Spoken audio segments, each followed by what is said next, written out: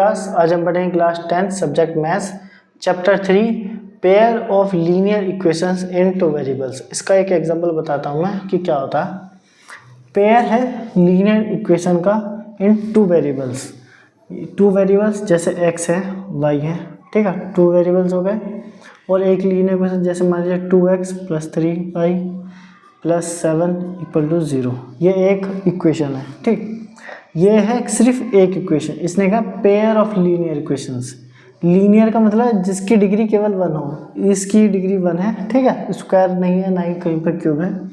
और पेयर इसी तरह अगर मैं यहाँ पे मान लेते हैं 8x + 9y + 10 = 0, ये मैंने एग्जांपल लिए हैं, तो ये एक पेयर हो गया, पेयर यानी जोड़ा, ठीक है। तो इसमें और भी चीज़ें हैं, वो मैं आपको साथ साथ क्वेश्चन के साथ साथ ही समझाते जाऊँगा। तो अभी ये एक्सरसाइज स्टार्ट करते हैं, ठीक है। तो एक्सरसाइज करेंगे हम आज 3.1, ये चैप्टर 3 है।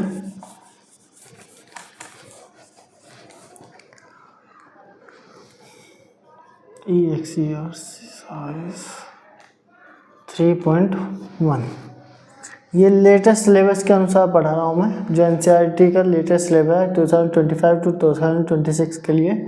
आपको उसी अनुसार पढ़ना है और आपके एग्ज़ाम में भी इसी अनुसार क्वेश्चन आएंगे, ठीक है। आपको एक्स्ट्रा नहीं पढ़ना है, जो पुराने सिलेबस में दिया गया है आपको उस अनुसार नहीं पढ़ना, जो नए सिलेबस में है जैसे मैं पढ़ा रहा हूँ उस अनुसार पढ़ेगा, ठीक है। तो पहला क्वेश्चन है फर्स्ट 3.1 का।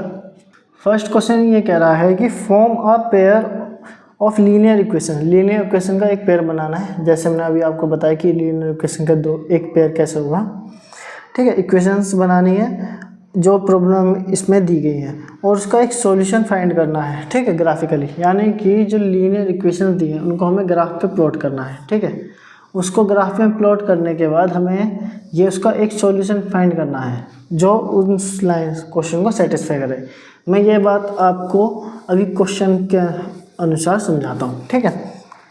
तो क्वेश्चन कह रहा है हमसे 10 students of class 10th took part in mathematics quiz. एक क्विज हुई जिसमें 10 बच्चों ने भाग लिया, ठीक है, पार्टिसिपेट किया।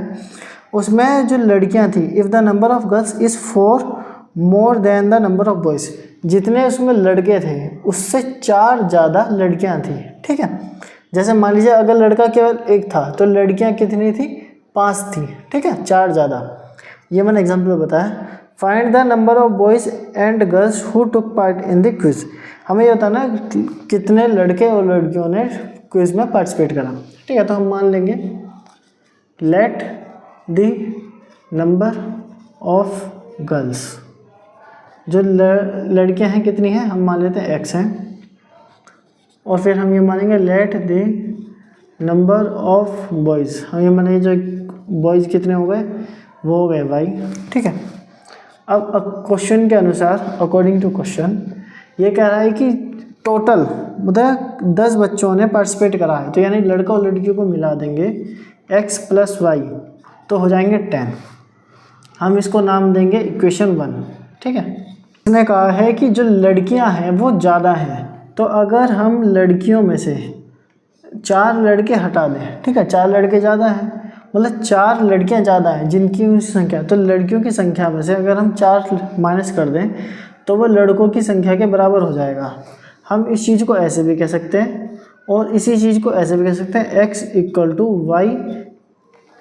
y + 4, ठीक है। आप जो सी चाहे वो इक्वेशन मान सकते हैं, तो मैं इसको इक्वेशन मानना चाहूँगा, ठीक है।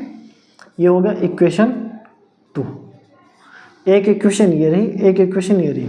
अब हमें ग्राफ प्लॉट करना है, ठीक है। ये इस इक्वेशन के जैसे इसमें x है, इसमें y है, तो जैसे ये ग्राफ होता है आपका, ठीक है।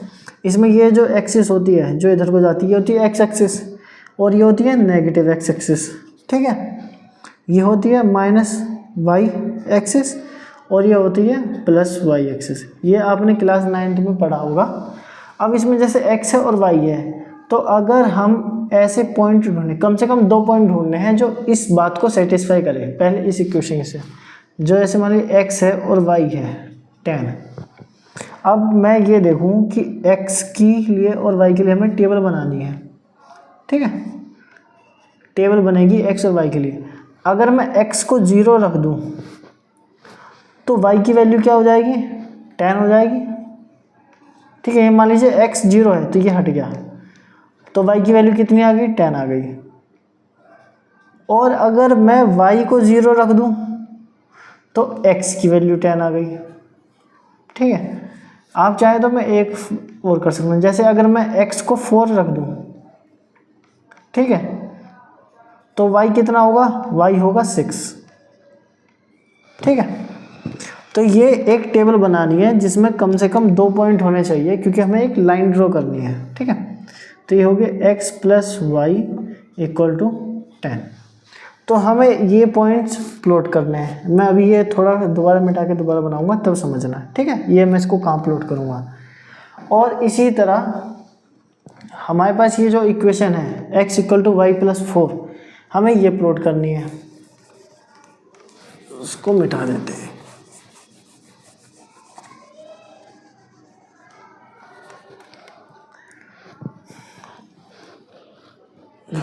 फोर इक्वेशन, कौन सी इक्वेशन थी अब दूसरी, x equal to Y plus 4। लड़कों की संख्या में 4 जोड़ देंगे तो लड़के की संख्या के बराबर हो जाएगा। अब इस इक्वेशन के लिए ऐसी टेबल बनाएंगे। ठीक है, ये हो गया x, ये हो गया y। अगर मैं x को 0 रख दूं, देखिए अगर x 0 हो जाए तो ये 4 जो है इधर आएगा, तो 4 क्या हो जाएगा, माइनस का 4। देखिए अगर x equal to Y plus 4 है और मैं x को 0 कर दूं तो इस 4 को इधर आना पड़ेगा, तो ये हो जाएगा -4 इक्वल टू वाई। ठीक है, y की इक्वल टू -4 हो जाएगी। और अगर मैं y को 0 कर दूं, इस वाले को यहाँ पे y को 0 कर दूं जैसे ये था, और मैं अगर इसमें y 0 कर दूं तो x की वैल्यू 4 हो जाएगी। ठीक, अब हमारे पास एक ये टेबल है और एक ये टेबल है। इन दोनों टेबल के अनुसार हमें इस ग्राफ को यहाँ पे प्लॉट करना है। ठीक है, ग्राफ में लाइन प्लॉट करनी है। तो जैसे मान लीजिए ये है, तो पहले हम इसको प्लॉट करते हैं। ठीक है, तो देखिए 0 और 10, तो एक पॉइंट तो हो गया 0,10, दूसरा पॉइंट हो गया इसमें 10,0। ठीक है, अगर इसमें बात करें तो एक पॉइंट हो गया 0,-4 और दूसरा हो गया 4,0। ठीक है, आपने 9th क्लास में पढ़ा हुआ ये पॉइंट्स कैसे प्लॉट करते हैं, तो हम इसको उसी के अनुसार प्लॉट करेंगे। तो देखिए x की वैल्यू कहाँ पर 0 होगी, इस लाइन पर। ठीक है, और फिर है 10, तो मान लीजिए यहाँ पर है, हम इस पॉइंट को यहाँ पर मान लेते हैं 0,10, और फिर इधर है 10,0, तो यहाँ पे कहीं पे होगा। ठीक है, तो ये हो गया 10,0। ठीक है, y की वैल्यू 0 है। और ये अगर मैं एक लाइन ड्रॉ करूँ ऐसे, ठीक है, तो ये कौन सी लाइन हो गई, x plus Y equal to 10 की लाइन। ठीक है, इस वाली। अब इस लाइन के अनुसार हमारे पास पॉइंट है 0,-4, तो 0 इस लाइन पे होगा x की वैल्यू, और -4 यहाँ पर कहीं पर। ठीक है, तो ये हो गया 0,-4, फिर 4,0, यानी कि 4 x एक्सिस पे यहाँ पे मान लेते हैं, और y की वैल्यू 0, तो ये हो गई 4,0। अब हम इससे एक लाइन ड्रॉ करेंगे ऐसे। ठीक है, आपके पास ग्राफ पेपर होगा, उसमें आप अच्छे से प्लॉट करना, और ग्राफ में ये नोट करना कि ये पॉइंट कहाँ पर कट किया है, और इसको थोड़ा प्रिसाइजली बनाना, क्योंकि ये पॉइंट अगर हल्का सा भी इधर इधर हो गया अब सही जगह से, तो ये पॉइंट आपको गलत पता चलेगा। ठीक है, मतलब इसकी जो सही वैल्यू है वो नहीं पता चलेगी, आपको गलत वैल्यू नोट कर लेंगे। तो जब ये लाइन, ये जो एक जगह इंटरसेक्ट किया है, ठीक है, ये दोनों लाइन, यही इसका सॉल्यूशन है। ठीक है, और ये जो लाइन कहाँ कट करेगी, आप देखिए 4 इधर है, 10 इधर है, तो ये लगभग 7,3। ठीक है, इसकी वैल्यू x एक्सिस पे 7 होगी इधर से, और इसकी हाइट 3 होगी, तो ये 7,3 होगा। ठीक है, तो हम लिखेंगे intersection point intersection point is 7,3। ठीक है, 7,3 एक इंटरसेक्शन पॉइंट है। सो द सॉल्यूशन इज,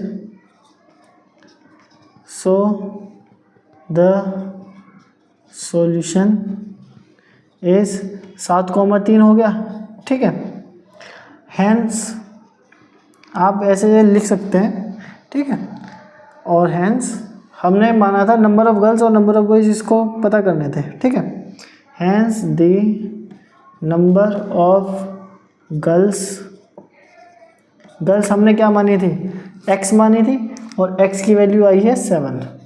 और hence the number of boys की संख्या हो जाएगी 3। ठीक है, x 7 गर्ल्स थी तो 7, और बॉयज़ क्या थे, y थे, तो y की वैल्यू 3। ये मैंने आपको समझाने की कोशिश करी आपको कैसे प्लॉट करना है। ठीक है, अब इसका सेकंड पार्ट करते हैं, वो भी इम्पोर्टेंट है काफ़ी ज़्यादा। मैंने आपको साथ साथ ऐसे ये भी बता दिया कि आपको लिखना कैसे है। ठीक है, एग्ज़ाम में भी, और आपको समझ में आए, और ये चैप्टर इसी तरह धीरे धीरे ख़त्म हो जाएगा, कुछ मुश्किल चैप्टर नहीं है। तो इसका सेकंड पार्ट है, इसमें कहा है 5 pencils and 7 pens together cost 50 rupees.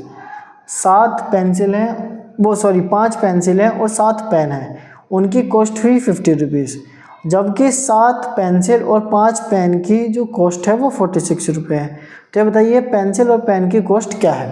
ठीक है, तो हम मानेंगे late the cost of 1 pencil लिखा था पहले, एक पेंसिल की कीमत कितनी है, हम मान लेते हैं x रुपीज़।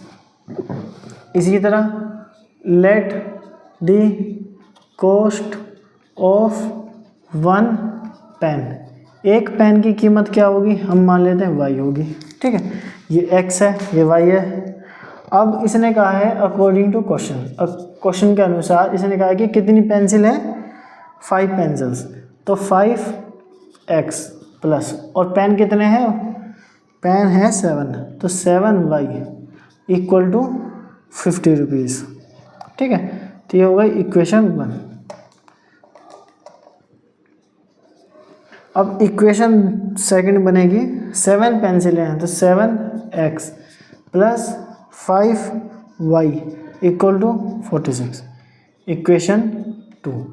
अब हमें पहले की तरह टेबल बनानी है। ठीक है, तो फॉर इक्वेशन 1 FOR पहली इक्वेशन के लिए। ठीक है, फॉर इक्वेशन 1 के लिए इक्वेशन 1 थी 5x plus 7y equal to 50। Table बनाएंगे हम, ये x और ये y। ठीक है, ये इक्वेशन थोड़ी सिंपल नहीं है, इसलिए आपको थोड़ा ज़्यादा दिमाग लगाना पड़ेगा कैसे कैसे करना है। तो देखिए, हमें ऐसी वैल्यू निकालनी है जिसमें आपका पॉइंट ना आए। ठीक है, क्योंकि अगर मैं मान लीजिए मैं इसको 0 मान लेता हूँ, 5x प्लस 7y प्लस 50 में अगर मैं x को 0 मान लूँ, जैसे मैंने पहले क्वेश्चन में किया था, तो ये 5x 0 हो जाएगा। अगर ये 0 हो गया, ये हट गया, तो मैं y से को इधर छोड़कर जब y इक्वल टू 50/7 करूँगा तो ये वैल्यू पॉइंट में आएगी। और ग्राफ में आप पॉइंट में वैल्यू पुट करेंगे तो आपका आंसर कभी सही नहीं आ सकता। ठीक है, क्योंकि पॉइंट की वैल्यू पुट करना काफ़ी मुश्किल पड़ेगा। तो हम ऐसी कोशिश करेंगे कि x की और y की ऐसी वैल्यूज लिखें जो ठीक से, यानी एक इंटीजर वैल्यू हो। ठीक है, एक होल नंबर हो, तो आपको प्रॉब्लम ना हो। तो आप ये देखिए कि ये कटेगा किस तरह। ठीक है, अगर मैं 7y में अगर ये वैल्यू हटा दूँ, मैं इधर लिखता हूँ दोबारा से, 5x plus 7y equal to 50। ठीक है, अगर मैं इस वैल्यू को हटा दूँ पूरी तरह, मतलब y को 0 रख दूँ, तो ये क्या है 50 और 5, ये एक मल्टीपल में बन जाएगा, मतलब 5 10 से 50 होता है, तो x की वैल्यू हम 10 रख सकते हैं। ठीक है, तो एक वैल्यू तो ये आ गई कि मैं y को 0 रख देता हूँ, ये 0 रखा y को, तो x की वैल्यू 10 आ गई। ठीक, अब मैं ऐसा कुछ रखूँगा कि देखिए मैं या तो y को ही और कुछ रखने की कोशिश करूं या x को रखने की कोशिश करूं। अब मैं ये कोशिश करूंगा कि मैं इसमें से ऐसा कुछ माइनस करूं कि 7 का मल्टीपल आ जाए। ठीक है, 7 का मल्टीपल क्या क्या है, एक तो 7 खुद है, 14, 21, 28, 35। ठीक है, इस तरह के मल्टीपल है। आप ये देखिए कि यहाँ पे 5 और x है, तो यहाँ पे अगर मैं x की वैल्यू 0 रखूँगा तो कोई फ़ायदा नहीं होता। अगर मैं 1 रखूँगा तो 7 ये हो जाएगा 5। ठीक है, x वो 5 बन जाए 5, और 5 को अगर मैं इसमें से माइनस करूँगा तो ये हो जाएगा 45। आप इस इक्वेशन को ऐसे लिख सकते हैं, मैं बताता हूँ। अगर मैं 7y इधर छोड़ दूँ और 50 माइनस 5x लिखूँ, अब आपके लिए आसान पड़ेगा। ठीक है, तो अगर मैं इसको 2 रखूँ, ठीक है, x को 2, तो ये हो जाएगा 10, और 50 में से 10 गए 40, तो ये इसमें से कोई वैल्यू नहीं बन रही। तो इस तरह मुझे यहाँ पे देखिए कि अगर यहाँ पे या तो माइनस करके 5 आएगा, ठीक है, या 0 आएगी। ठीक है, क्योंकि या तो 5 आता है लास्ट में या 10 आता है। तो इस तरह मैं ये देख पा रहा हूँ कि मेरे पास 35 है। अगर मैं 35 इसको बना सकूँ तो ये यहाँ से 7 5 से 35 में कट जाएगा। तो मैं x की वैल्यू क्या रखता हूँ, तो अगर मुझे ये वैल्यू 35 बनानी है तो मैं ये मान लेता हूँ 50 माइनस 5x इक्वल टू 35। ठीक है, मानने की बात है। अब मैं इसको इधर ले जाता हूँ तो आ जाएगा 15, और ये इसको ले जाऊँगा तो 5x, तो x की वैल्यू 3 रखनी पड़ेगी। ठीक है, आपको ये वाला पार्ट काफ़ी मुश्किल है, आपको खुद से समझना ही पड़ेगा कि अगर मैं x की वैल्यू 3 रख देता हूँ तो x वो 5 3 जा 15, और 50 में से 15 जाएंगे तो मेरे पास 35 बचेगा। और मैं जब इस 7 को 35 से डिवाइड करूँगा तो मेरे पास y की वैल्यू आएगी 5, 7 5 से 35। ठीक है, तो ये आप इस इक्वेशन के अनुसार हमें कम से कम 2 पॉइंट चाहिए एक लाइन ड्रॉ करने के लिए। ठीक है, तो ये लाइन ड्रॉ हो गई। अब हमें इस सेकंड इक्वेशन के लिए ऐसी टेबल बनानी है। ठीक, तो मैं ऊपर से ये मिटा देता हूँ और इस इक्वेशन को मैं यहीं पे रहने दूंगा, और यहाँ पे लिखेंगे फॉर इक्वेशन 2, और इस इक्वेशन को आप लिख लें, यहीं पे लिख देते हैं। चले 7x plus 5y equal to 46। ठीक, हमें अब इस इक्वेशन के लिए टेबल बने, मैं टेबल नहीं मिटा रहा अभी, तो टेबल में xy। अब देखिए, अगर यहाँ पे 46 है, अगर मैं इसमें से ऐसा कुछ माइनस करूँ या इसमें कुछ ऐड कर दूँ जो 7 का मल्टीपल बन जाए, ठीक है, तो मुझे एक चीज़ ध्यान दे रही है कि मैं जब भी यहाँ पे अगर मैं y की वैल्यू 1 2 3 ऐसा कुछ रखूँगा तो मेरे पास लास्ट में 5 के टेबल के लिए 5 आएगा या 10 15। ठीक है, तो मैं जब इसमें कुछ मल्टीप्लाई करूँगा 46 में तो या तो लास्ट में मैं 5 ऐड कर पाऊँगा या फिर लास्ट में 0 ऐड कर पाऊँगा। ठीक है, तो इस तरह ऐसा कोई मल्टीपल देखना है मुझे 7 का जो लास्ट में 6 आता हो। ठीक है, तो मैं कह सकता हूँ कि 7 8 जा 56 होता है। क्या मैं इसको 56 बना सकता हूँ? अगर मैं 46 में 10 ऐड कर दूँ तो 56 बन जाएगा, और 10 ऐड करने के लिए y को होना चाहिए 2। ठीक है, लेकिन अगर मैं y को 2 रखूँगा तो यहाँ पॉजिटिव जब इधर जाएगा तो वो माइनस का हो जाएगा, तो मुझे यहाँ पे y माइनस का चाहिए, तो मतलब यहाँ वैल्यू माइनस की होनी चाहिए जिससे इधर जाके प्लस में हो जाए। ठीक है, इसको देखते हैं।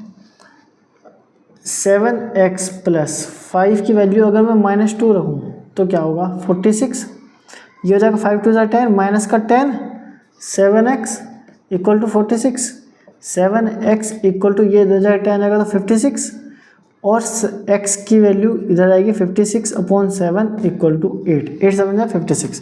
तो यहाँ मैं कह सकता हूँ कि y की वैल्यू अगर मैं -2 रखता हूँ तो x की वैल्यू 8 आएगी। ठीक है, अब इसी तरह मैं ये कहता हूँ कि मैं अगर x की वैल्यू 3 रखूँ, ठीक है, मैं ये देखता हूँ, चलिए ठीक है, मैंने अब तक ये रखा कि अगर मैं 46 में से ऐसा कुछ ऐड दूँ कर दूँ या माइनस कर दूँ जिससे लास्ट में यहाँ पर 6 की जगह पे 0 हो जाए या 5 हो जाए, ठीक है। अगर मुझे 5 करना है तो मैं एक काम कर सकता हूँ, इसमें किसी तरह से यूनिट डिजिट पे 1 हो तो ये 5 आ जाएगा। 7 के टेबल में ऐसी कौन सी मल्टीपल है 7 का जिसके यूनिट डिजिट 1 आता है, तो 7 3 ज़ा 21 आता है। अगर मैं 46 में से 21 माइनस कर दूं तो आंसर क्या आएगा, 6 में से 1 गया 5 और 4 में से 2 गया तो 2। ये जो 25 है ये 5 का मल्टीपल है, ठीक है।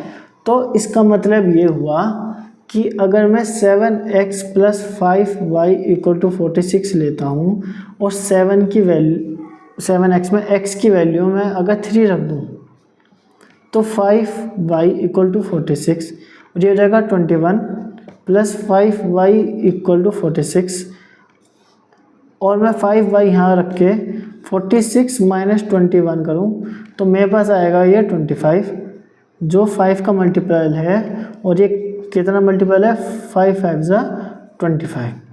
तो y की वैल्यू कितनी आ गई 5।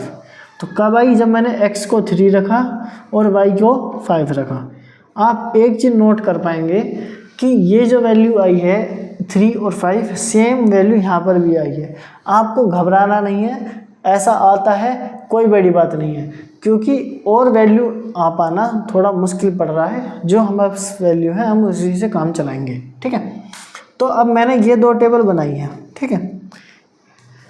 अब ये तो सब आपको समझाने के लिए है, ठीक है। ये सब आप नहीं लिखेंगे कुछ चलेगा आपको, लेकिन रफ में तो लिखना ही पड़ेगा। आपको कैसे सोचना है वो मैंने बताया। जब हमने इस इक्वेशन से ये टेबल बना लिए तो आप ये वाला करने से पहले एक लाइन जगह छोड़ के ऐसे लिखेंगे कि हमारे पास क्या पॉइंट बने।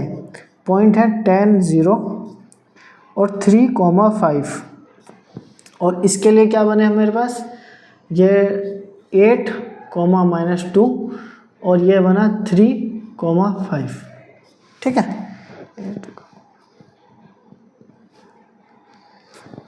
हाँ ठीक है। अब इनको प्लॉट करते हैं। तो हमारे पास ये पॉइंट और ये पॉइंट, ये दोनों पॉइंट्स को प्लॉट करना है। मैं बाकी ये टेबल हटा देता हूँ, मुझे टेबल की अब ज़रूरत नहीं है। अगर मैं ये पॉइंट भी ऊपर ही लिख दूँ तो मेरे पास जगह हो जाएगी, ठीक है। तो 10, 0 और ये हो जाएगा 3, 5। अब ये मान लेते हैं, देखिए ज़्यादातर हमारे पास पॉजिटिव है तो हम ये एरिया थोड़ा छोटा बना रहे हैं। तो इसने कहा है कि 8 पॉजिटिव हो, यानी x में इधर चले गए, और y की वैल्यू -2 हो। तो 8 और y क्या है -2, तो एक पॉइंट तो यहाँ पे आएगा, ठीक है। x पॉजिटिव और 8 -2, और इसने कहा कि 3, 5, तो 3 मान लीजिए यहाँ कहीं आएगा और y में 5, तो एक पॉइंट यहाँ बन जाएगा ऐसे। ये कौन सी लाइन है, ये पहली वाली लाइन थी, कौन सी थी वो, 5 नहीं, ये वाली बनाई ना, ये तो ये थी, ये हो गई 7x + 5y = 46। अब दूसरी लाइन ये वाली जो थी 5x + 7y वाली, तो tan 0 देखना पड़ेगा। x की वैल्यू 10 हो, ये तो हमने इधर यहाँ पे 8 था, है ना, ये 8 था, तो tan यहाँ कहीं होगा, और tan 0 तो एक पॉइंट यहाँ पे हो गया, और फिर है 3, 5, तो एक पॉइंट ये रहा, ठीक है। ये पॉइंट दोनों में हो गया, तो हमें ये पॉइंट के मार्किंग लिखनी है 3, 5, और ये वाला पॉइंट है 8, 2, और ये वाला पॉइंट है 10, 0। तो हम ये देख पा रहे हैं कि एक तो ये वाली लाइन है, और ये वाली जो लाइन मैंने बाद में ड्रॉ करी है इसका नंबर है 5x + 7y = 50। तो इन दोनों का जो इंटरसेक्शन पॉइंट है इस वाली लाइन का और इस वाली लाइन का, वो ये वाला पॉइंट है, ठीक है। तो हम यहाँ लिख सकते हैं द इंटरसेक्शन पॉइंट इज क्या है 3,5, ठीक है। सो द सॉल्यूशन क्या हो गया, solution is 3,5, hence the cost पूछी थी, कॉस्ट ऑफ पेंसिल, पहले पेंसिल थी, पेंसिल की कॉस्ट हो गई 3 और पेन की कॉस्ट हो गई 5, ठीक है, 3,5। तो जब आप इसको ग्राफ में प्लॉट करेंगे तो आपको सारी चीज़ें और अच्छे से क्लियर होंगी कौन सा क्या हुआ। मैं ये सेकंड क्वेश्चन ख़त्म हो गया, अब सॉरी फर्स्ट का सेकंड पार्ट ख़त्म हो गया, अब सेकंड क्वेश्चन करेंगे। इसको मैं मिटा देता हूँ।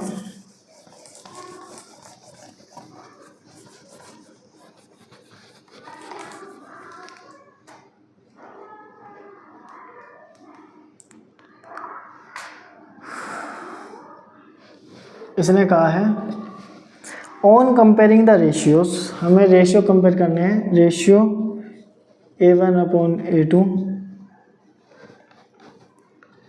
B1/B2 और C1/C2 and find out whether the lines represent in the pair of linear equation intersect at a point are parallel और कोइंसिडेंट, ठीक है। तो इन 3 शब्दों का मतलब पहले बताता हूँ। किसी का इंटरसेक्ट एट अ पॉइंट, ये जो अभी इक्वेशन है, जैसे फर्स्ट क्वेश्चन का है कि 5x -4y + 8 = 0, ठीक है। और दूसरा है 7x + 6y - 9 = 0। ये 2 इक्वेशन है। ये जो लाइन है, ठीक है, ये एक लाइन की इक्वेशन बनती है क्योंकि x और y है। मान लीजिए ये एक लाइन ऐसे जा रही है, दूसरी एक लाइन ऐसे जा रही है, ठीक है। तो ये आपस में कट करेंगे कहीं पे, अगर ये कट करते हैं, ठीक है, तो इसको कहेंगे इंटरसेक्ट, कि ये इंटरसेक्ट कर रही है। अगर मान लीजिए ये इंटरसेक्ट ना करके ऐसे जाए, कि यानी पैरेलल, कि जितनी डिस्टेंस इसकी यहाँ से यहाँ तक है और उतनी ही डिस्टेंस इसकी यहाँ से यहाँ तक है, तो ये पैरेलल मानी जाएगी। और अगर ये लाइन ऐसे पैरेलल ना हो के ऐसा हो कि एक लाइन ये जा रही और इसी के ऊपर है दूसरी लाइन भी, तो उसको कहेंगे कोइंसिडेंट लाइन, ठीक है। 3 लाइन बताई मैंने, एक तो ऐसे जो कट करेगी उसको कहेंगे इंटरसेक्ट, इसको कहेंगे पैरेलल, इसको कहेंगे कोइंसिडेंट, यानी कि इंसिडेंट करेंगे एक ही लाइन पे, कोइंसिडेंट, ठीक है। तो ये 3 तरह की लाइन है। अब ये चीज़ हमें इस रेशियो से पता करनी है। तो अगर लाइन इंटरसेक्ट कर रही है तो इसका मतलब ये हुआ कि जैसे ये इक्वेशन है, तो इस इक्वेशन में a क्या होगा, a होगा, मैं a1 मान लेता हूँ 5, और b क्या होगा -4, ठीक है। y के अलावा जो भी कुछ है वो सब b आएगा, और c क्या है, c है 8, ठीक। ये स्टैंडर्ड फॉर्म है इक्वेशन की। फिर इधर देखिए यह है a2, k2 की वैल्यू आ गई 7, b की वैल्यू हो गई 6 और c की वैल्यू हो गई -9, ठीक है। अब मुझे ये रेशियो देखने हैं। अब ये तो मैंने आपको ABCD बता दिया कि क्या है और कैसे है। अभी आप इस इक्वेशन को भूल जाइए, आप सिर्फ इनको ध्यान दीजिए। अगर लाइन इंटरसेक्ट कर रही हैं तो इंटरसेक्ट करने का मतलब है कि A1/A2 बराबर नहीं होगा किसके, B1/B2 के, ठीक है। और अगर वो पैरेलल है, पैरेलल का मतलब है कि A1/A2 बराबर होगा B1/B2 के, लेकिन वो बराबर नहीं होगा किसके, C1/C2 के, ठीक है। अगर वो A1 A2 ही बराबर नहीं है, रेशियो A1 मतलब A1 और B1 A2 B2 ऐसे अगर ये ही बराबर नहीं है तो इंटरसेक्ट। अगर यहाँ तक बराबर आ गया लेकिन C वाला पार्ट बराबर नहीं है तो ये होगा पैरेलल। और अगर ये वाला पार्ट भी बराबर हो जाए, यानी कि ऐसे हो जाए, ये कोइंसिडेंट का कहाँ बताऊँ, यहाँ बताता हूँ, A1/A2 इक्वल टू B1/B2 और ये इक्वल टू C1/C2 हो जाए, तो मतलब ये कोइंसिडेंट हो जाता है। ठीक है, अब आप एक बात ध्यान दें कि इसका मतलब क्या है कि और ये कोइंसिडेंट हो रहा है, ये चीज़ तो आप समझ जाएंगे कि यहाँ तक तो सेम है, लेकिन जो डिफरेंस है ये जो C वाला पार्ट है इसके कारण होता है। ठीक है, अगर ये यहाँ बराबर होते और ये अलग हो जाए तो ये पैरेलल बन जाएंगी। अगर ये वाला पार्ट भी सेम आ रहा है तो कोइंसिडेंट क्यों है, क्योंकि ये जो इक्वेशन है एक तरह का छलिया बहरूपिया है। ठीक है, ये दो इक्वेशन होने का दावा करते हैं लेकिन होते असल में एक ही हैं। जैसे मैं एग्जांपल देता हूँ, जैसे मैं कहता हूँ ये मैं इस इक्वेशन को मान लेते हैं 5x - 4y + 8 इक्वल टू 0, ये इक्वेशन है। अगर मैं ये कहता हूँ कि मैं ये चाहता हूँ कि इक्वेशन इंटरसेक्ट करे, ठीक है, एक ये और एक ये, दूसरी इक्वेशन कोई ऐसी हो जो इंटरसेक्ट करे, तो मैं क्या करूँगा, मैं 5 की जगह 5 लिख दूँगा। ठीक है, एग्जाम्पल है, इसमें माइनस की जगह प्लस लिख दूँगा, 4y प्लस और 8 की जगह मान लेते हैं 10 इक्वल टू 0। तो मैं जब चेक करूँगा तो मैं इन दोनों को चेक करूँगा कि 5/5 1 हो गया। ठीक है, A1 A2 ये हो गया A1/A2। मैं देखूँगा B1/B2 क्या होगा, ये होगा -4/+4, तो ये हो जाएगा -1। तो ये है +1, ये है -1, तो ये दोनों बराबर नहीं है, तो मतलब ये एक ही बार इंटरसेक्ट करेंगे। ठीक है, अब मैं ये कह देता हूँ कि ये वाली बात, ये दोनों पॉइंट आपस में इक्वल है, लेकिन ये जो डिफरेंट है इसका मतलब ये होगा कि लाइन जा तो साथ साथ रही है इन दोनों की वजह से, लेकिन जो इसमें गैप है वो इस C वाले पार्ट की वजह से है। ठीक, और अगर मैं ये कह दूँ कि यहाँ पर भी 8 है, तो आप ये कहेंगे कि ये दोनों लाइन दो ना होके, क्योंकि सेम ही तो है, ये इसके ऊपर है। ठीक है, मतलब ये दोनों एक ही लाइन है। अगर मैं आपसे ये कह दूँ कि इस इक्वेशन में मैं यहाँ पे 3 से मल्टीप्लाई करता हूँ और इधर भी 3 से मल्टीप्लाई, मैं दोनों साइड 3 से मल्टीप्लाई कर सकता हूँ, मतलब किसी भी नंबर से मल्टीप्लाई कर सकता हूँ, तो ये क्या इक्वेशन बन जाएगी 15x, ये क्या हो जाएगी 12y प्लस ये क्या 8 से 24 और ये हो जाएगा 0 को मल्टीप्लाई करेंगे 0 से। अब आप ये देखें, ये वाली इक्वेशन और ये वाली इक्वेशन आपको देखने में अलग लग रही होंगी, लेकिन है एक ही इक्वेशन, क्योंकि मैंने दोनों तरफ सेम नंबर से मल्टीप्लाई कर दिया। अगर मैं इन दोनों का अब रेशियो करूं, जैसे 5/15 है तो रहेगा 1/3। अब मैं इसी तरह इसको करूं -4/-12 तो रहेगा 1/3 और ये हो जाएगा 8/24 तो रहेगा 1/3। ठीक है, तो ये जब तीनों ही बराबर हो जाएं तो इसका मतलब ये है कि एक ही इक्वेशन थी जिसको बस किसी एक अलग नंबर से मल्टीप्लाई कर दिया है। ठीक है, तो ये था इस चीज़ का कॉन्सेप्ट। अब एक चीज़ इसमें मैं अभी समझा देता हूँ आपको, बाद में नहीं बतानी पड़ेगी। अगर उसका वो इंटरसेक्ट कर रही हैं लाइन्स, तो हम कहेंगे उसका सॉल्यूशन है। सॉल्यूशन मतलब एक इंटरसेक्शन पॉइंट है तो उसका सॉल्यूशन है, सॉल्यूशन है। और ये क्या है, कंसिस्टेंट। ठीक है, लेकिन ये अगर पैरेलल है तो उनका सॉल्यूशन नहीं है और वो इनकंसिस्टेंट है। ठीक, अगर वो लाइन एक के ऊपर ही एक है, कोइंसिडेंट, ठीक है, तो हम ये कहेंगे कि उनके सॉल्यूशन हैं, कितने हैं, बहुत सारे, इन्फिनिटली मैनी सॉल्यूशंस। और ये क्या है, ये क्या है, कंसिस्टेंट है। ठीक, तो ये चीज़ मैंने अभी आपको इस चैप्टर की जो भी चीज़ थी सब बता दिया। अब मैं इस क्वेश्चन को सॉल्व करूँगा और ये थोड़ा अब हम फास्ट करेंगे क्योंकि मैं आपको चीज़ें सिखा चुका हूँ। ठीक है, तो आप ये नहीं सोचेंगे कि इतनी जल्दी क्यों करा दिया। तो देखिए अब A1 A2, तो इसको मैं कंप्लीट कर रहा हूँ। तो जैसे ये आप एक क्वेश्चन लिखेंगे फिर ये लिखेंगे, तो आप इसका A1 B1 A1 B1 C1 A2 B2 C2 इस तरह नोट कर लेंगे, ठीक है। फिर A1 अपॉन A2 ऐसे निकालेंगे तो ये हो जाएगा 5/7। फिर B1 अपॉन B2 लिखेंगे तो जाएगा -4/6, इसको लिखेंगे -2/3, ठीक। और फिर आप निकालेंगे C1 अपॉन C2, ये हो जाएगा 8 -8/9, ठीक है। ये माइनस का नीचे तो ऊपर चला गया।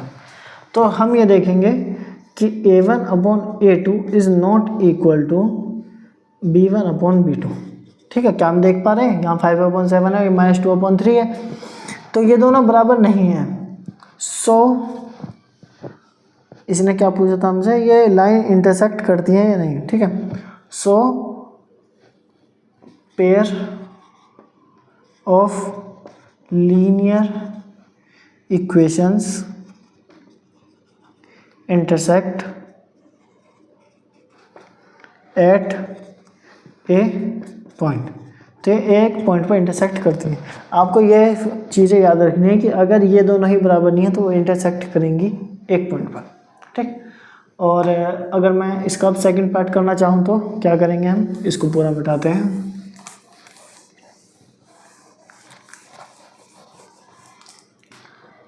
इस क्वेश्चन का सेकंड पार्ट, इसमें लिखा है 9x + 3y + 12 = 0। फिर है 18x + 6y + 24 = 0, ठीक है। तो ये तो मैंने आपको लिखने के लिए बता दिया। जब आप इस इक्वेशन को लिखेंगे तो लिखेंगे A1 है 9, B1 है 3, C1 है 12, और इसमें आपके पास A2 है 18, B2 है 6 और C2 है 24, ठीक। तो A1 अपॉन A2 हो गया 9/18 यानी कि 1/2, ठीक। B1 अपॉन B2 3/6, ये हो गया 1/2, ठीक। C1 अपॉन C2 ये हो गया 12/24, ये भी हो गया 1/2। तो आप क्या देख सकते हैं कि A1 upon A2 = B1 upon B2 = C1 upon C2 = 1/2, ये तीनों ही 1/2 के बराबर है। So the pair of linear equations, ये क्या है, कोइंसिडेंट। कैसी है, कोइंसिडेंट।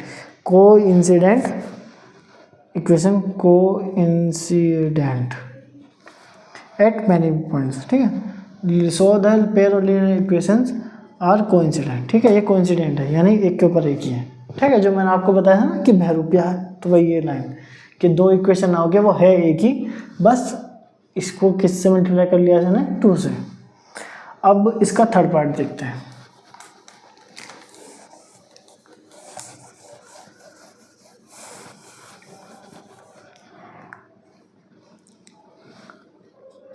इसका थर्ड पार्ट है, वैसे ये मुझे होमवर्क में देना चाहिए आपको, आप इसको होमवर्क में करके बता दें तो अच्छा है।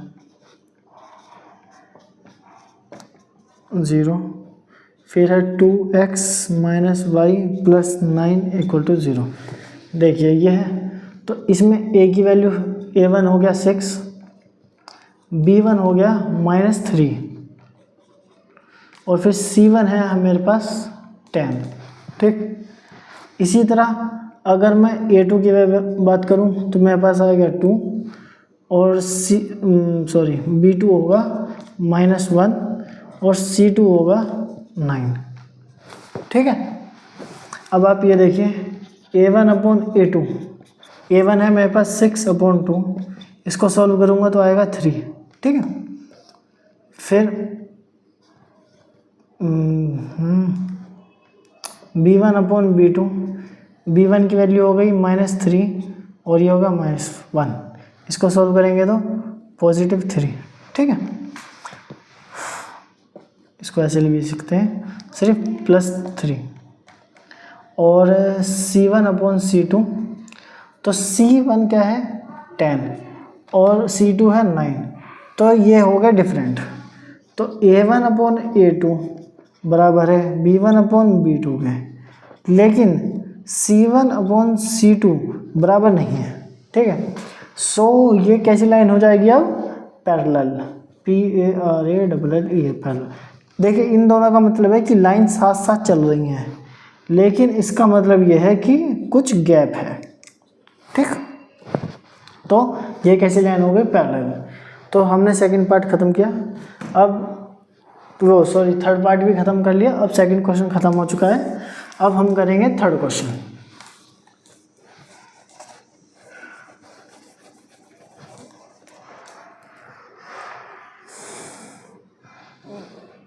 थर्ड क्वेश्चन है, इसमें भी कहा है कि ऑन कंपेयरिंग द रेशियो, ये वो रेशियो ही कंपेयर करना है।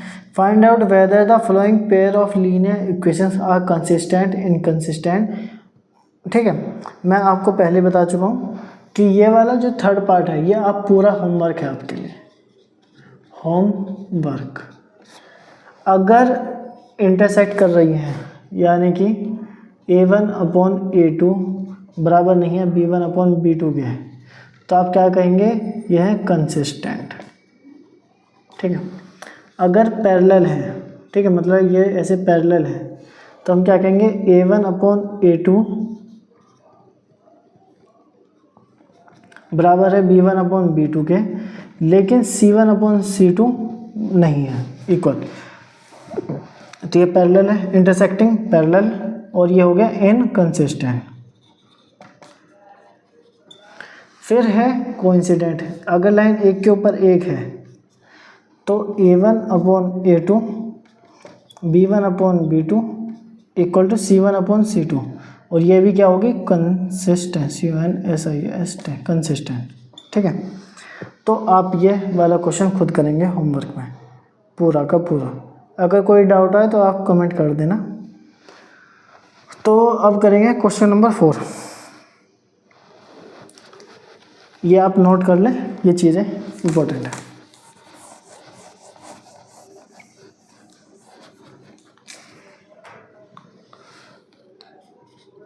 क्वेश्चन नंबर 4 है, which of the following pair of linear equations are consistent inconsistent, if consistent obtain the solution graphically.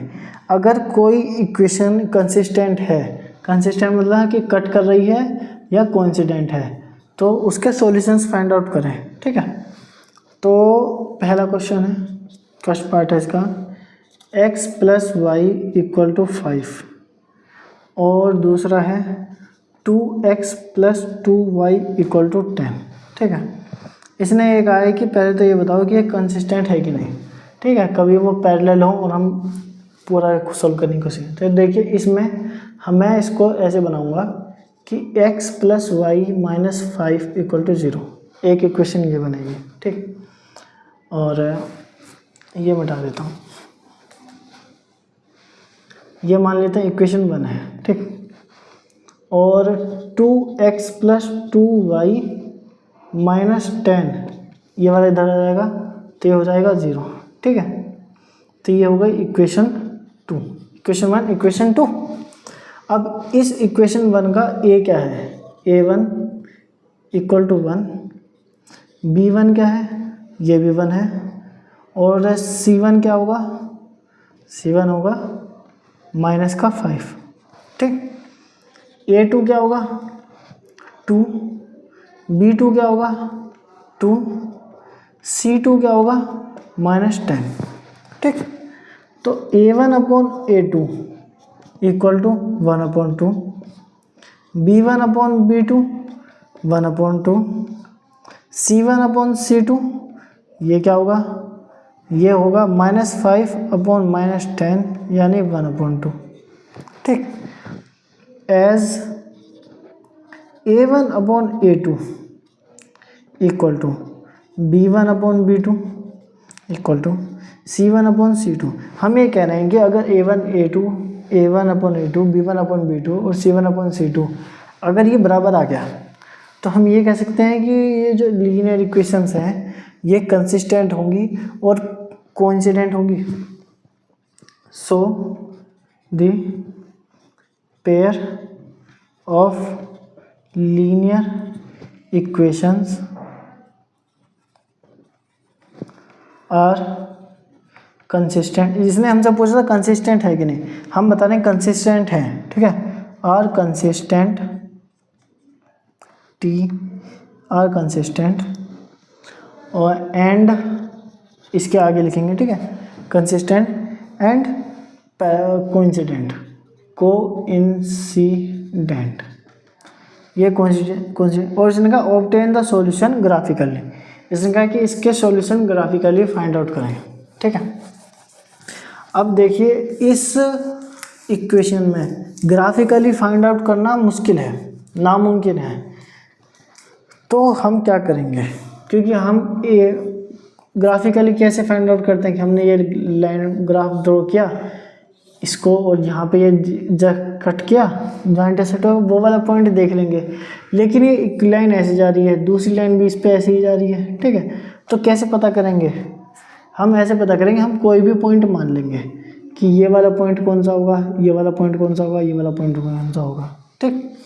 तो ये तो एक तरीका ये है, और दूसरा लाइन ड्रॉ करने के लिए जो पॉइंट है हम वही पॉइंट मान लेंगे, ठीक है, क्योंकि इसके बहुत सारे सॉल्यूशन हैं, infinitely many solution, and coincident so has infinitely many solutions, ठीक है, इसके बहुत सारे सॉल्यूशंस हैं। तो इक्वेशन क्या थी हमारे पास, 4 इक्वेशन थी, 4 equation 1 x plus Y equal to 5, ये इक्वेशन थी। तो इसके लिए ग्राफ बनाते हैं, टेबल बनाते हैं, सॉरी, ये x है, ये y है। अगर मैं x को 0 रख दूं तो y की वैल्यू क्या होगी, y हो जाएगा अपने आप 5। अगर मैं y को 0 रख दूं तो x क्या होगा, x 5 हो जाएगा, ठीक है।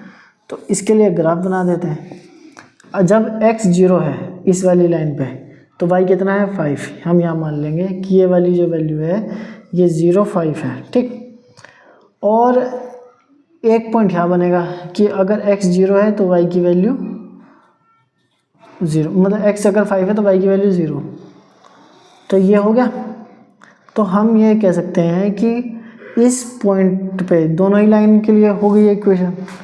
तो ये इक्वेशन हम यहाँ चाहें तो लिख दें कि x plus Y equal to 5, एक तो ये है, और दूसरी इक्वेशन यही वाली है 2x plus 2y equal to 10। तो अगर मैं ये चेक करूं कि ये पॉइंट कौन सा है, आप ग्राफ में असल में ड्रॉ करेंगे तो आप देख पाएंगे कि ये पॉइंट है 1,4 का। मैं अगर एक पॉइंट और करूं तो हम यहाँ कह देंगे 2,3 का, और अगर मैं इस पॉइंट की बात करूं तो ये होगा 3,2 का, ठीक है। तो इस तरह सो फ्रॉम मैनी सॉल्यूशंस, बहुत सारे सॉल्यूशन में से सम सॉल्यूशंस आर, कुछ सॉल्यूशंस कौन से हैं, तो बहुत सारे सॉल्यूशन में से कुछ सॉल्यूशन हैं, कौन से, 1,4 2,3 और 3,2, ठीक है। ये हो गए 3 पॉइंट जो बहुत सारे सॉल्यूशंस हैं, मैंने आपको बता दिया है, ठीक है। ग्राफिकली वो सॉल्यूशन पूछे थे, सॉल्यूशन हो गए। ये था हमारा फर्स्ट पार्ट। अब देखेंगे सेकंड पार्ट। पढ़ा रहा मैं, बाद में आऊंगा।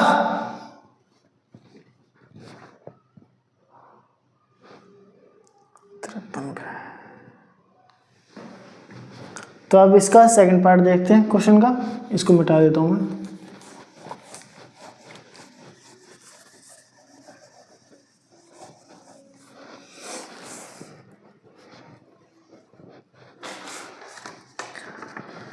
तो सेकंड पार्ट है x minus Y equal to 8, और फिर है 3x minus 3y equal to 16, ठीक है। तो ये क्वेश्चन सॉल्व करते हैं। तो इसमें a की वैल्यू क्या होगी, आप इसको ऐसे लिख सकते हैं, x minus Y equal minus 8 equal to 0, फिर ये हो गई 3x minus 3y minus 16 equal to 0, ठीक। फिर इसमें a है 1, b1 है -1, c1 है -8। इसी तरह इसमें a2 हो गया 3, B2 हो गया -3 और C2 हो गया -16। A1 upon A2 1/3, B1 upon B2 -1 upon -3, ये हो गया 1/3 और C1 अपॉन C2 ये हो गया -8 अपॉन -16 यानी 1/2, ठीक, यानी 1/2।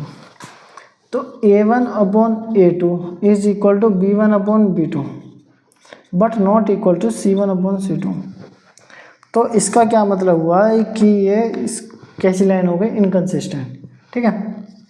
सो द पेयर ही था, so the pair of linear equations are inconsistent. ठीक, कैसे हो गए, इनकंसिस्टेंट, क्योंकि ये पैरेलल है, ठीक। तो सेकंड पार्ट खत्म हो गया। अब थर्ड पार्ट देख लेते हैं इसका। इसको मिटा दूँ मैं।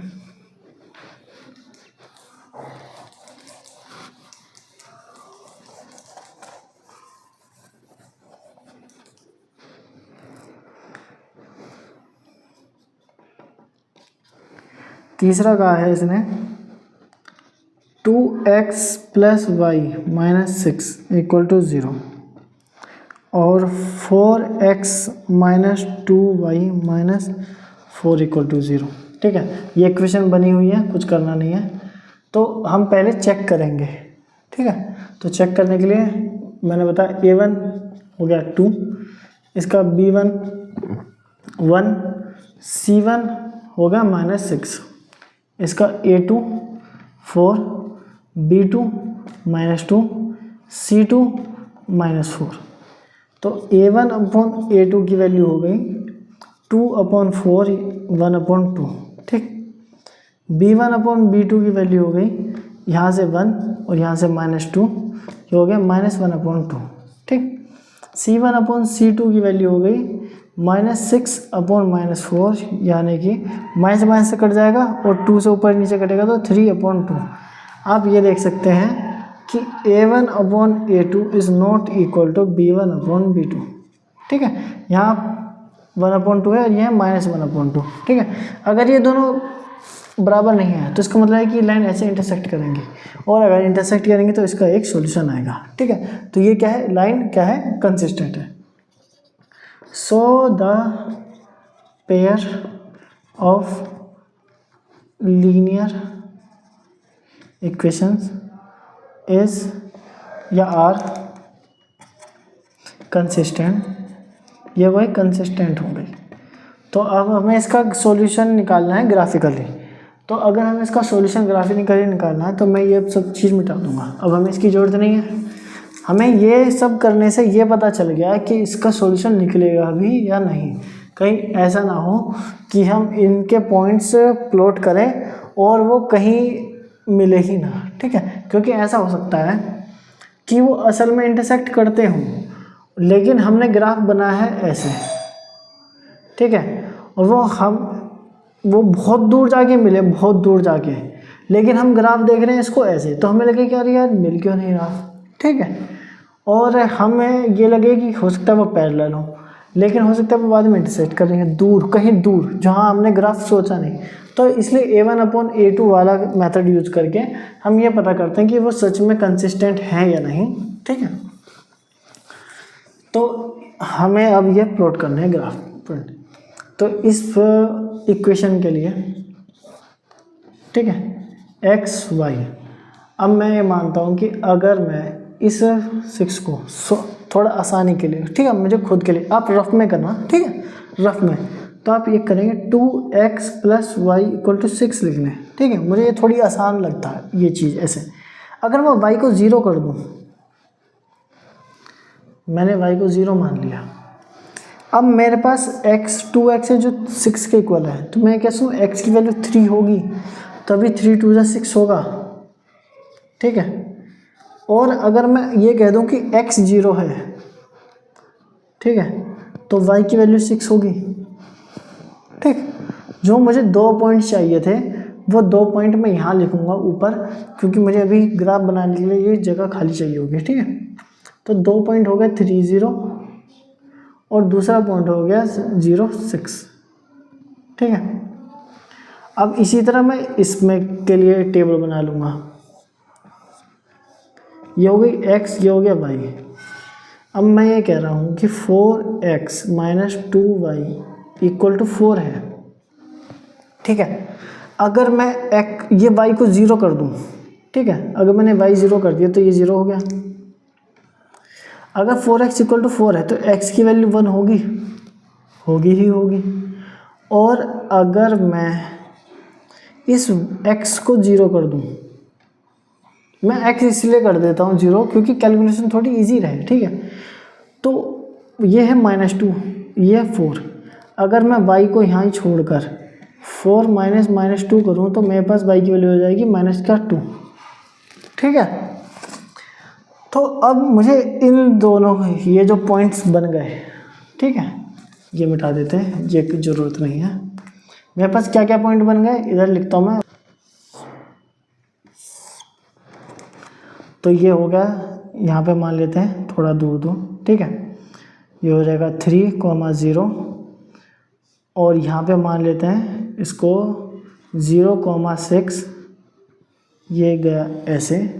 फिर है 1,0, मैं यहाँ पे मान लेता हूँ, ये हो जाएगा 1,0, x की वैल्यू 1 और y 0। और दूसरा 0, x 0 है, ऐसे नहीं गया, लेकिन y -2, तो यहाँ पे मान लेते हैं। तो 0, -2। अब मैं जब इन दोनों को इस तरह मिलाऊंगा तो ये एक पॉइंट पर इंटरसेक्ट करेंगे। अब ये कौन सा पॉइंट है ये आपको ग्राफ में देखना है, ठीक है। जब आप ग्राफ में देखेंगे तो आपको ये पता चलेगा कि जैसे ये 1 है, ये 3 है, तो इसकी वैल्यू कुछ x की वैल्यू हो गई 2, ठीक है। मुझे तो सॉल्यूशन पता है, जब आप ग्राफ में देखेंगे एक्चुअल में तो इसकी वैल्यू 2 आएगी।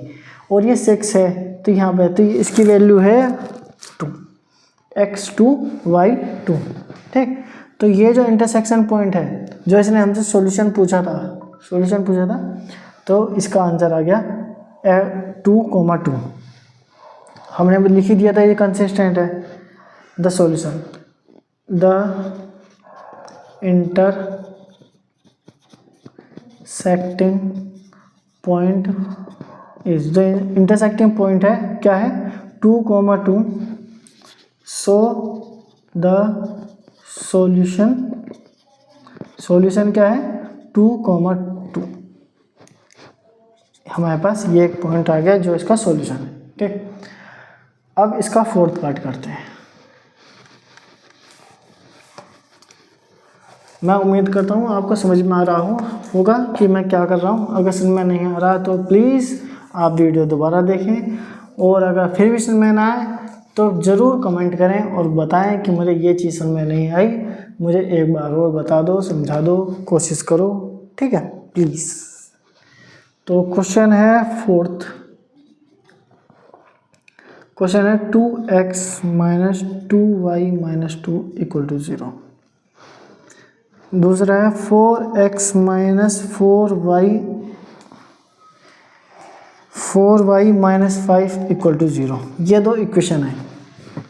इसमें देखिए मैं अब A1 A2 पूरा नहीं करना चाह रहा, मैं आपको डायरेक्ट समझाता हूँ, ठीक है। ये देखिए मैं इस 2 को इस 4 से डिवाइड करूँगा तो मेरे पास आ गया 1/2, ठीक। अब इस -2 को इस -4 से डिवाइड करूँगा तो मेरे पास आएगा 1/2। ये मैं क्या करूँ आप समझ रहे हो ना, ये A1/A2, ये B1/B2 है। अब यह देखिए -2 है और यह है -5, तो ये रहेगा 2/5। तो आप ये देखिए कि ये जो A1/A2 है ये इसके बराबर आ गया है और B1/B2 इसके बराबर आ गया, लेकिन C1/C2 2/5 के बराबर ही आया है। तो हम ये कह सकते हैं कि जैसे कि A1/A2 एज बराबर है B1/B2 के, लेकिन C1/C2 के बराबर नहीं है। So the pair of linear equations are inconsistent. Inconsistent क्यों है इसका जवाब आप दें, ठीक है। आर इनकंसिस्टेंट, ठीक है। अब मैं बता ही देता हूँ, इनकंसिस्टेंट इसलिए है क्योंकि ये पैरेलल लाइन बन गया, ये पैरेलल लाइन की इक्वेशन है, उसी में ये जो रेशियो आता है ये इस तरह का होता है, ठीक है। तो पैरेलल लाइन का कोई सॉल्यूशन नहीं होता, तो इनकंसिस्टेंट है, तो इनकंसिस्टेंट के लिए हमें सॉल्यूशन नहीं फाइंड करना। तो फिफ्थ क्वेश्चन है, half the perimeter of A rectangular garden whose length is 4 meter more than its width is 36 meter.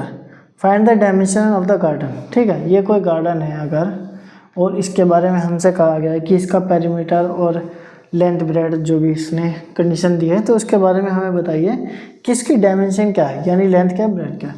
तो हम ये मान लेते हैं, let the length of garden, ठीक है। तो देखिए, मैं इसमें आपको चाहूँ तो x मान सकता हूँ, y मान सकता हूँ, लेकिन x और y मानना कुछ खास ज़रूरी है नहीं, वो एक तरह का कन्फ्यूज़न ही पैदा करेगा। तो मैं लेंथ को l मान लेता हूँ, और जो विड्थ होगी, विड्थ लिखा है, विड्थ लिखा है, जो विड्थ है, विड्थ ऑफ गार्डन, अगर उस गार्डन की विड्थ है मैं उसको b मान लेता हूँ, ठीक है। लेंथ ब्रेड्थ से आप वो करेंगे।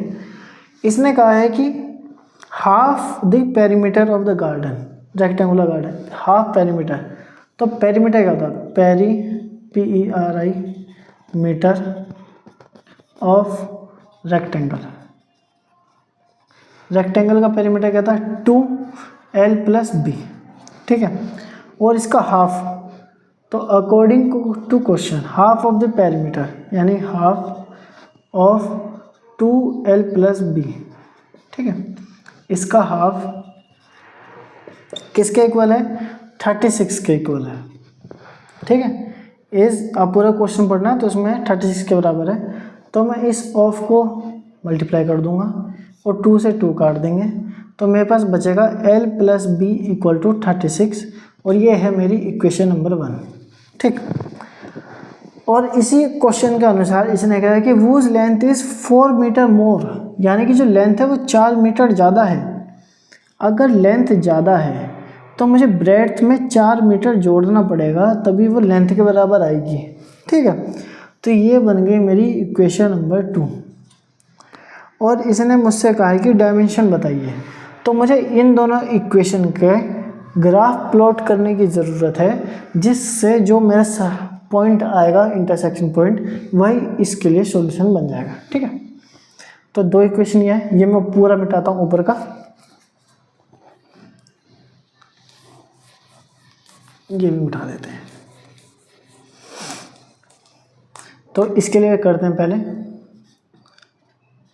4 इक्वेशन 1, पहली इक्वेशन के लिए l+b = 36,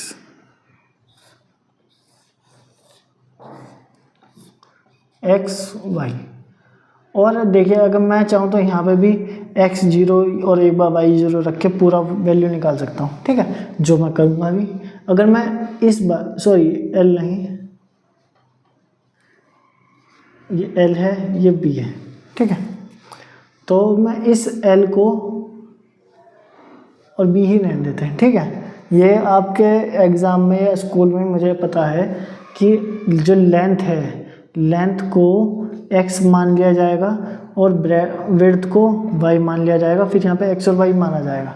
लेकिन अगर मैं एक काम करूँ, ठीक है, वो तरीका भी सही है जो मैं बता रहा हूँ, वो भी सही है, कि ये जो ग्राफ बनेगा, मैं इसमें इस x एक्सिस का नाम लेंथ दे दूँ और इसको ब्रेड्थ दे दूँ, तो क्या गलत है, कुछ भी गलत नहीं है, ठीक है।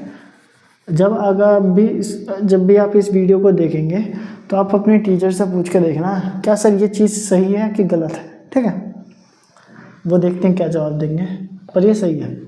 तो अगर मैं लेंथ को 0 कर दूं तो ब्रेड्थ मेरे पास 36 होगी, और अगर मैं ब्रेड्थ को 0 कर दूं तो लेंथ मेरे पास 36 होगी। एक इक्वेशन तो ये हो गई। अब दूसरी इक्वेशन देखिए, इसके लिए मैं पॉइंट लिख दूँ क्या क्या बने, 0, 36 और दूसरा है 36,0। दूसरी इक्वेशन थी मेरे पास 4 इक्वेशन 2। दूसरी इक्वेशन है L = B+4, ठीक है। इसके लिए LB, अगर लेंथ मेरे पास एक बार 0 हो जाए, 0 हो गई तो ब्रेड्थ आएगी -4, ठीक है। और अगर मैं एक बार लेंथ को 0 कर दूं, कुछ गलत कर दिया क्या, हाँ ब्रेड्थ को 0 कर दिया तो लेंथ आएगी, देखिए ब्रेड्थ को 0 करा तो लेंथ आएगी 4, ठीक है, लेंथ 4 हो जाएगी। और अगर मैं एक बार लेंथ को 0 कर दूँ तो ब्रेड्थ आएगी -4, तो इसके पॉइंट हो जाएंगे 4, 0 और दूसरा का 0, -4, ठीक। अब मैं इक्वेशन इन 2 पॉइंट्स के अनुसार, 4 पॉइंट्स के अनुसार लाइन ड्रॉ करूँगा। देखिए पहला है 0, 36, यानी कि x की वैल्यू तो 0 है और y की वैल्यू 36 है, तो मैं यहाँ मान लेता हूँ कि 0, 36। अब दूसरा पॉइंट है इधर, इसने कहा है कि x की वैल्यू 36 और y की वैल्यू 0, तो इन पॉइंट के अनुसार एक लाइन जाएगी जो कुछ इस प्रकार है, ठीक। और इस लाइन की इक्वेशन है मेरे पास लेंथ प्लस ब्रेड्थ = 36। यहाँ लिख देते हैं L + B = 36। अब दूसरा का है कि लेंथ और इक्वल टू ब्रेड्थ +4, इस इक्वेशन की लाइन के लिए तो 4, 0 अगर मैं 4 मानूँ पॉजिटिव तो वो थोड़ा यहाँ पास में आएगा, ठीक है, 36 दूर है। और y की वैल्यू 0 है तो ऊपर नहीं जाना, तो रहेगा 4, 0। फिर है 0, -4, तो ये वो वैल्यू आएगी यहाँ पर कहीं, ठीक है, ये आएगी 0, -4। जब मैं इससे ऐसे एक लाइन ड्रॉ करूँगा तो इस लाइन की इक्वेशन होगी लेंथ = ब्रेड्थ +4, और वो इसको यहाँ पर कहीं कट करेगी, ठीक है। और ये जो पॉइंट है इंटरसेक्शन पॉइंट, ये है लेंथ और ब्रेड्थ, तो ये बताएगा हमें ये वाला जो लाइन थी, ये वाली जो थी ये लेंथ है, ठीक है, और ये ब्रेड्थ है, ये हम मेंशन करेंगे अलग से, ठीक है, ये लेंथ ये ब्रेड्थ। अब ये जो पॉइंट बना ये है 20, 16, ठीक। मैं इसको मिटा देता हूँ, बस ये पॉइंट ऑफ इंटरसेक्शन है यहाँ। द पॉइंट ऑफ इंटरसेक्शन, इस पॉइंट ऑफ इंटरसेक्शन क्या है 20, 16, ठीक है। जो पहले है हमारा x एक्सिस पे 20 है, लेंथ है, सो द लेंथ या रिक्वायर्ड लेंथ, ठीक है, लेंथ इज 20, सभी वैल्यूज मीटर में थी, 20 मीटर, एंड विड्थ इज कितने 16 मीटर, ठीक है। हो गया सवाल, तो क्वेश्चन नंबर 5 ख़त्म। अब 6 देख लेते हैं एक बार, 6 क्या है।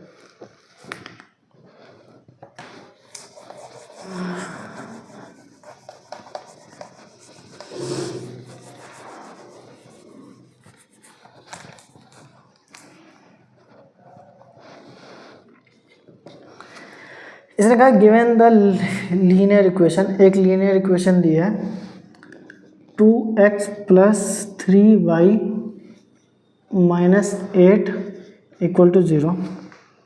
Write another linear equation in 2 variables such that the geometrical representation of the pair so formed is intersecting line, parallel lines and coincident line. तो इसने हमसे कहा है कि एक पहले पार्ट में ऐसी दूसरी इक्वेशन बनानी है, ठीक है, तो जिसका हो इंटरसेक्टिंग लाइन, सेक्टिंग लाइंस, जो इंटरसेक्टिंग लाइंस हो।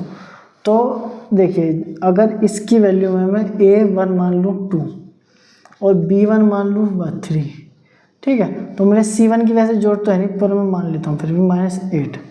तो मुझे A2 की वैल्यू क्या हो सकती है कि मैं इन दोनों का कुछ मल्टीपल ना हो। अगर मैं इस 2 को 2 से मल्टीप्लाई कर दूँ तो 4 हो जाएगा।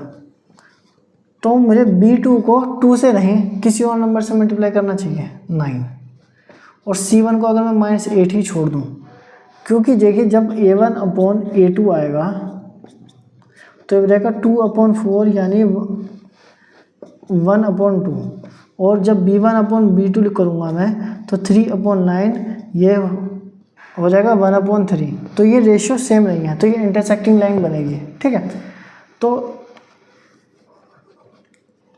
ये चीज़ आ गई।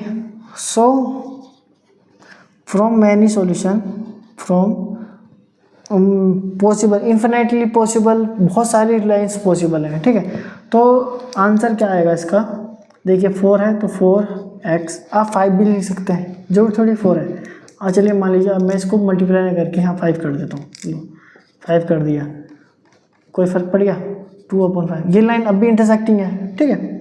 जो आपका मन करे वो कर दीजिए, लेकिन A1/A2 B1/B2 बराबर नहीं होना चाहिए, ठीक है। तो जैसे 5x + 9y -8 = 0, एक लाइन ये बन गई। कुछ भी बना दो, ठीक है, कोई फर्क नहीं पड़ता। देखिए 2 है, 3 है, 5 है, 9 है, इन दोनों का रेशियो बराबर नहीं हो सकता, किसी भी हालत में नहीं हो सकता, ठीक। अब इसने कहा है कि अगर पैरेलल लाइन बनानी है तो पैरेलल, तो PARALLEL पैरेलल लाइंस।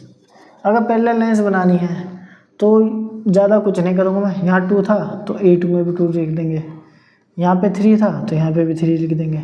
लेकिन इस माइनस का अगर मैं प्लस कर दूँ तो काम ही ख़त्म। तो क्या हो गया, A1/A2 = 2/2 1, B1/B2 3/3 1, C1/C2 -8/8 = -1। तो देखिए कि A1/A2 बराबर हो गए B1/B2 के, लेकिन C1/C2 बराबर नहीं हुए, ठीक है। तो ये लाइन कैसी बनेगी, पैरेलल, ठीक है, जिसके ये कोफिशिएंट होंगे।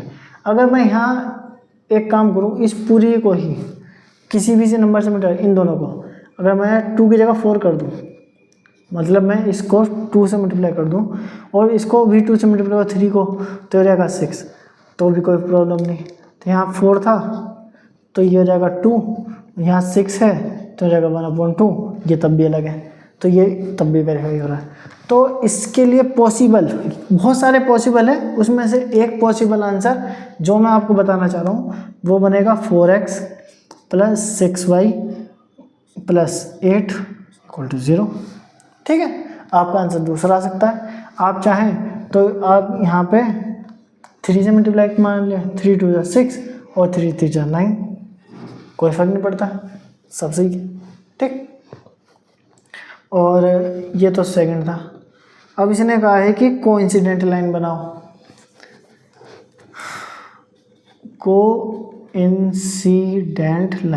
कोइंसिडेंट लाइन यानी जो एक के ऊपर एक ही है। तो मैंने इसमें बताया था ये जो रेशियो है ये बराबर होना चाहिए। तो ये बराबर होने के लिए कुछ नहीं करना, कुछ भी नहीं करना, बस इस इक्वेशन को किसी भी नंबर से दोनों साइड मल्टीप्लाई कर दो। मान लो मैं इस नंबर को 3 से मल्टीप्लाई कर दूँ दोनों साइड, ठीक है।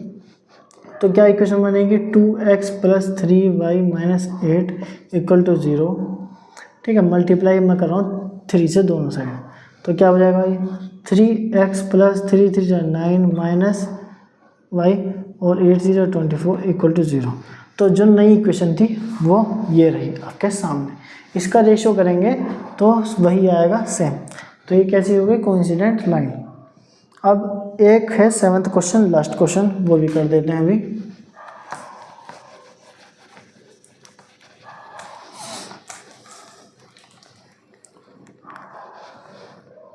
सेवंथ क्वेश्चन, इसने कहा draw the graph of the equations के ग्राफ ड्रॉ करने हैं। तो x minus Y plus 1 equal to 0, और दूसरी इक्वेशन दी है 3x plus 2y minus 12 equal to 0. Determine the coordinates of the vertex of the triangle formed by these lines and the x-axis and the shade the triangle. तो मतलब ये मान लीजिए ऐसे है, ये लाइन मान लीजिए ऐसे जाएगी, ये लाइन मान लीजिए ऐसे जाएगी, तो हमें ट्रायंगल के कोऑर्डिनेट्स बताने हैं जो एक्स एक्सिस के साथ बनना है, यानी ये ट्रायंगल बनेगा एक, ठीक है. तो हमें ये वाला पॉइंट बताना है, एक ये पॉइंट बनाना है, एक ये पॉइंट बताना है, ठीक है. तो हमें ये पॉइंट बताने के लिए तो इन दोनों लाइंस को इंटरसेक्ट कराना पड़ेगा. तो ये इंटरसेक्ट करेंगी तो हमें चेक करने की ज़रूरत नहीं है a1 a2 b1 b2 वाला, तो हम डायरेक्ट इस इक्वेशन को सॉल्व करेंगे. तो इस इक्वेशन के लिए आप टेबल बनाएंगे पहले. तो यह है x, यह है y. मैं इसको थोड़ा ऐसे लिखना चाहूँगा, x माइनस वाई प्लस 1 को कैसे लिख सकता हूँ मैं कि x plus 1 equal to Y, ठीक है. जैसे आपको सहूलियत लगे आप उसको वैसे लिख रहे हैं, ये रफ में करना है, ठीक है. अगर मैं x को 0 रख दूँ, ये x 0 हो गया, तो y की वैल्यू 1 आ गई. अगर मैं y को 0 कर दूँ तो x की वैल्यू -1 आ गई. y को 0 करने पे x की वैल्यू -1 आ गई, ठीक है. अब इसमें क्या करेंगे, यह x, यह y. तो x इसकी वैल्यू क्या होगी, 3x plus 2y minus 12 equal to, इस तरह है तो मैं इसको लिख सकता हूँ 3x plus 2y equal to 12. यह x, यह y. अगर मैं x को 0 कर दूँ, ठीक है, मान लीजिए x 0 हो गया. अब मैं इस y को यहाँ छोड़ के 2 से डिवाइड करूँगा 12 को, तो मेरे पास y की वैल्यू हो जाएगी 6. और अगर मैं इस बार y को 0 कर दूँ, ये 0 हट जाएगा पूरा का पूरा, तो x की वैल्यू आ जाएगी 4. तो मेरे पास 2 पॉइंट्स बन गए. देखिए इसको यहाँ ही लिखते हैं मैं 0 6 4 0. तो मुझे कौन से ड्रॉ करना है, इसको मिटाता हूँ मैं.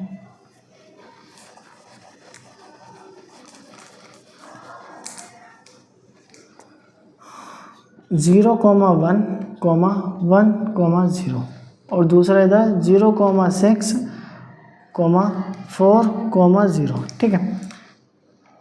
ये लेते हैं ऐसे. तो इसको ड्रॉ करते हैं. पहले ये काम बनेगा, x की वैल्यू 0 हो यानी इस लाइन पर, और y की वैल्यू 1 हो, ठीक है. तो ये हो गया यहाँ पर x की वैल्यू 0, y की वैल्यू 1. फिर है -1, x की वैल्यू -1 और इसकी वैल्यू y की वैल्यू 0. तो एक लाइन ऐसे बनेगी, ठीक है. तो ये पॉइंट हो गया -1 कॉमा 0, ठीक है. और ये वाला कॉमा पॉइंट था 0,1. अब इधर देखिए x की वैल्यू होनी चाहिए 0, ठीक है, और y की वैल्यू 6. तो मैं मान लेता हूँ यहाँ पर आएगा कोई पॉइंट, ठीक है. x की वैल्यू 0, y की वैल्यू 6, और दूसरा x की वैल्यू 4 हम यहाँ मान लेते हैं, और y की वैल्यू 0, तो y 0 यहीं पे आएगा 4,0. अब इन दोनों को जोड़ दीजिए. तो इस x एक्सिस के साथ एक ट्रायंगल बना है, कौन सा, ये वाला. इस इंटरसेक्शन पॉइंट को आप ग्राफ में जब चेक करेंगे तो इसकी वैल्यू क्या आएगी, इसकी वैल्यू आएगी 2,3.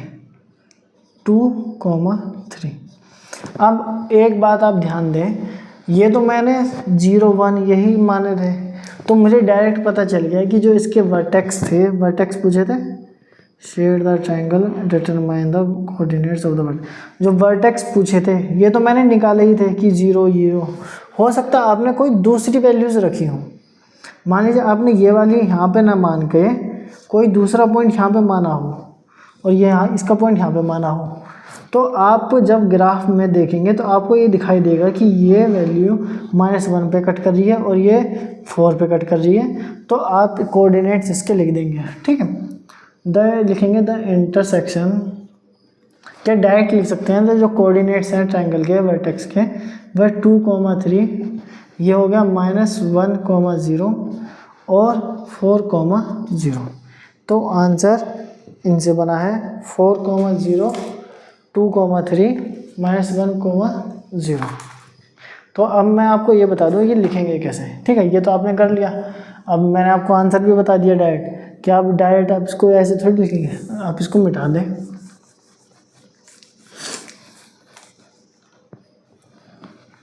पहले तो इंटरसेक्शन पॉइंट का जिक्र करें। The intersection point of two intersection point of pair of linear equation. Linear equation का इंटरसेक्शन पॉइंट है 2,3, यही है 2,3। फिर है the intersection point with X axis are. X axis के जो इंटरसेक्शन पॉइंट है जो लाइंस के, वो क्या है, वो है -1,0 and 4,0। So the coordinates of vertex of triangle are, ठीक है। कौन कौन से हो गए, ये एक तो ये वाला हो गया 2,3, -1,0 एंड 4,0, ठीक है। ये तीन हो गए। जो ट्रायंगल ऐसे बना था आप उसको शेड कर देंगे तो आपका आंसर हो जाएगा। और ये एक्सरसाइज यहीं पर ख़त्म होती है। इस एक्सरसाइज में मुझे नहीं लगता कोई चीज़ ऐसी थी जो आपको समझ में नहीं आई होगी या बहुत ज़्यादा मुश्किल थी। आप इस एक्सरसाइज को एक बार खुद से कोशिश करना, आपको अच्छे से समझ में आ जाएगी, ठीक है। तो ये क्लास यहीं पे एंड करते हैं। Thank you class.